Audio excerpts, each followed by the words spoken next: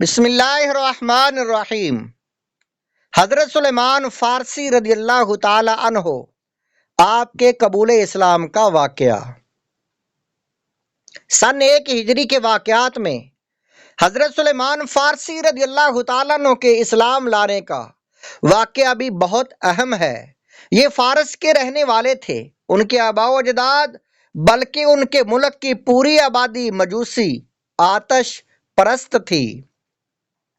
یہ اپنے آبائی دین سے بیزار ہو کر دین حق کی تلاش میں اپنے وطن سے نکلے، مگر ڈاکوؤں نے ان کو گرفتار کر کے اپنا غلام بنا لیا، پھر ان کو بیچ ڈالا۔ چنانچہ یہ کئی بار بکتے رہے اور مختلف لوگوں کی غلامی میں رہے۔ اسی طرح یہ مدینہ پہنچے، کچھ دنوں تک عیسائی بن کر رہے اور یہودیوں سے بھی میل جول رکھتے تھے۔ اس طرح ان کو توریت و انجیل کی کافی معلومات حاصل ہو چکی تھی۔ یہ حضور صلی اللہ تعالی علیہ وآلہ وسلم کی بارگاہ رسالت میں حاضر ہوئے تو پہلے دن تازہ کھجوروں کا ایک طباق خدمت اقدس میں یہ کہہ کر پیش کیا کہ یہ صدقہ ہے۔ حضور صلی اللہ تعالی علیہ وآلہ وسلم نے فرمایا کہ اس کو ہمارے سامنے سے اٹھا کر فقراء و مساکین کو دے دو، کیونکہ میں صدقہ نہیں کھاتا۔ پھر دوسرے دن کھجوروں کا خوان لے کر پہنچی اور یہ کہہ کر کہ یہ ہدیہ ہے سامنے رکھ دیا تو حضور صلی اللہ تعالی علیہ وآلہ وسلم نے صحابہ کو ہاتھ بڑھانے کا اشارہ فرمایا اور خود بھی کھا لیا۔ اس درمیان میں حضرت سلیمان فارسی رضی اللہ تعالیٰ عنہ نے حضور صلی اللہ تعالی علیہ وآلہ وسلم کے دونوں شانوں کے درمیان جو نظر ڈالی تو مہر نبوت کو دیکھ لیا۔ چونکہ یہ تورات و انجیل میں نبی آخر زمان کی نشانیاں پڑھ چکے تھے، اس لیے فوراً ہی اسلام قبول کر لیا۔ مدارج جلد نمبر 2 صفحہ نمبر 71۔ نمازوں کی رکعت میں اضافہ۔ اب تک فرض نمازوں میں صرف 2 ہی رکعتیں تھیں، مگر ہجرت کے سال اول ہی میں جب حضور صلی اللہ تعالی علیہ وآلہ وسلم مدینہ تشریف لائے تو ظہر و عصر و عشاء میں 4 رکعتیں فرض ہو گئیں، لیکن سفر کی حالت میں اب بھی وہی 2 رکعتیں قائم رہیں۔ اسی کو سفر کی حالت میں نمازوں میں قصر کہتے ہیں۔ 3 جان نثاروں کی وفات۔ اس سال حضرات صحابہ کرام رضی اللہ تعالی عنہم میں سے 3 نہایت ہی شاندار اور جان نثار حضرات نے وفات پائی، جو در حقیقت اسلام کے سچے جان نثار اور بہت ہی بڑے معین و مددگار تھے۔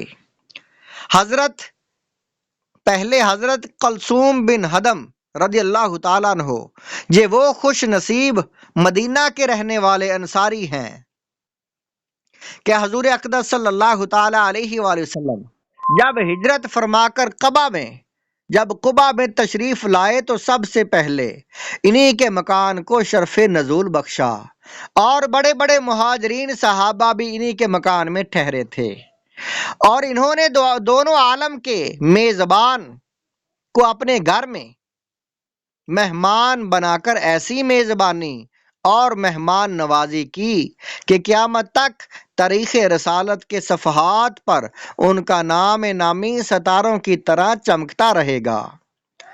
دوسرے صحابی حضرت براء بن معرور انصاری رضی اللہ تعالی عنہ، یہ وہ شخص ہیں کہ بیعت عقبہ ثانیہ میں سب سے پہلے حضور صلی اللہ تعالی علیہ وآلہ وسلم کے دست حق پرست پر بیعت کی، اور یہ اپنے قبیلہ خزرج کے نقیبوں میں تھے۔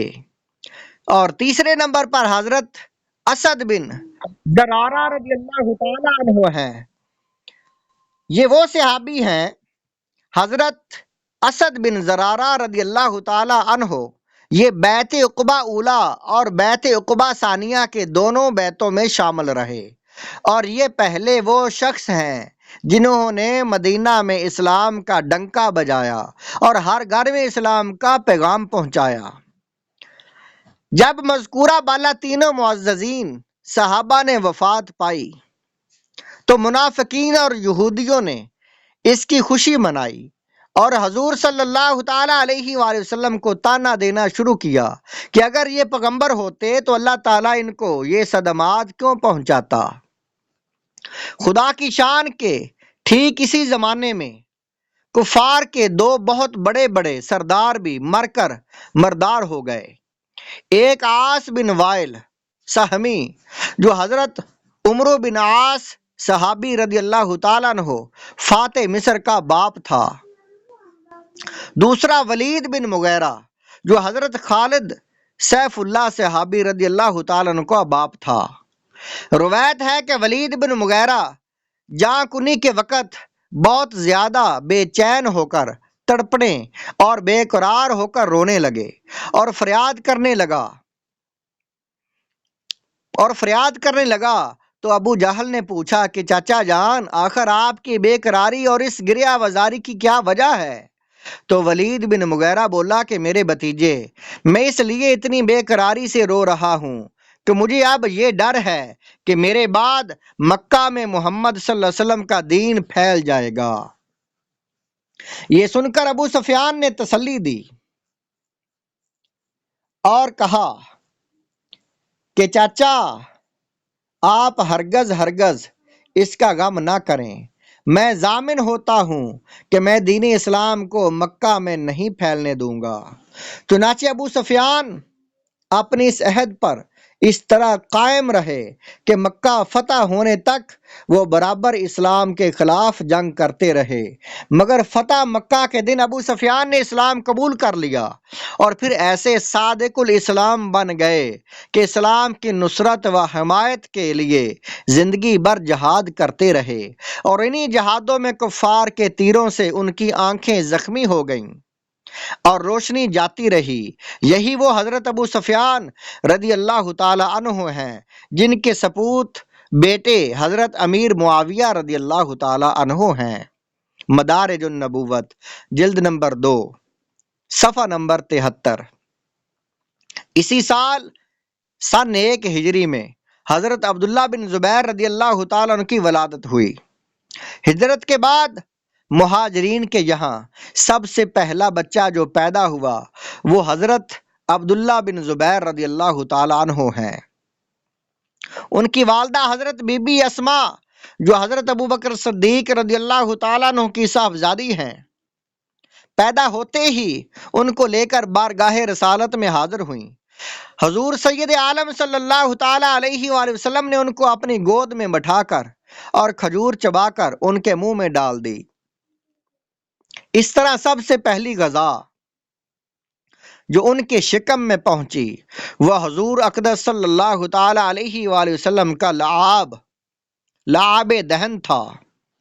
حضرت عبداللہ بن زبیر رضی اللہ تعالیٰ عنہما کی پیدائش سے مسلمانوں کو بے حد خوشی ہوئی، اس لیے کہ مدینہ کے یہودی کہا کرتے تھے کہ ہم لوگوں نے مہاجرین پر ایسا جادو کر دیا ہے کہ ان لوگوں کے یہاں کوئی بچہ پیدا ہی نہیں ہوگا۔